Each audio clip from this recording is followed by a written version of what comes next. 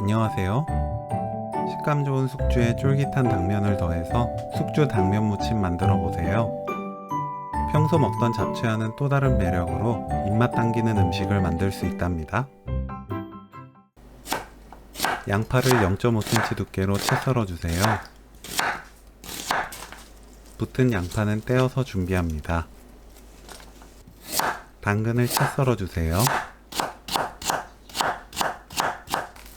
실파는 5cm 길이로 썰고 줄기와 잎부분을 따로 모아둡니다. 실파 대신 부추 사용해도 좋아요. 팬에 씻은 숙주 500g 도넛 모양으로 담아주세요. 가운데 구멍이 있어야 숙주가 골고루 잘 익어요. 숙주 위에 당근, 양파, 실파 줄기 부분 올립니다. 물 100ml 넣어주세요. 뚜껑 닫고 센 불로 찝니다. 수증기가 올라오면 그때부터 2분 찌면 돼요. 2분 후 실파 잎부분 넣고 뒤집어 섞어주세요. 그 열로 실파 잎부분이 질기지 않게 적당히 익어요. 야채는 볼에 옮겨 펼쳐두고 완전히 식힙니다. 물이 끓으면 당면 250g 넣고 삶아줍니다. 당면은 따로 불릴 필요 없어요. 6분에서 9분 사이로 당면을 익힙니다.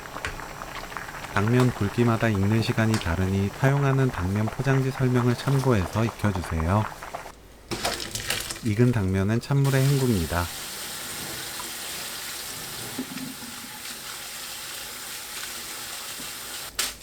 물기 없게 탁탁 털어 사용하세요. 식은 야채에 다진 마늘 깎아서 1큰술, 진간장 3큰술, 참기름 1큰술, 고춧가루 2큰술 넣고 버무립니다. 매운맛은 고춧가루 양으로 조절하세요. 야채를 한쪽으로 모으고 빈 곳에 당면을 넣어주세요.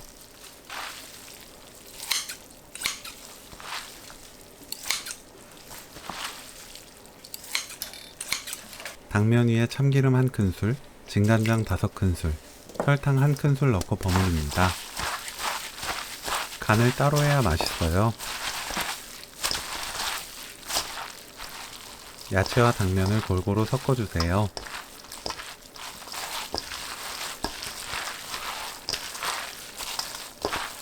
골고루 섞이면 고운 소금 4분의 1큰술 넣고 버무립니다. 맛보고 입에 맞게 소금으로 간을 맞추세요.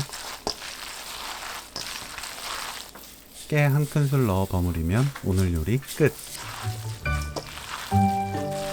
질리지 않는 맛으로 계속 먹게 되는 숙주 당면 무침 레시피는 여기까지. 시청해주셔서 감사합니다. 다음에 또 만나요.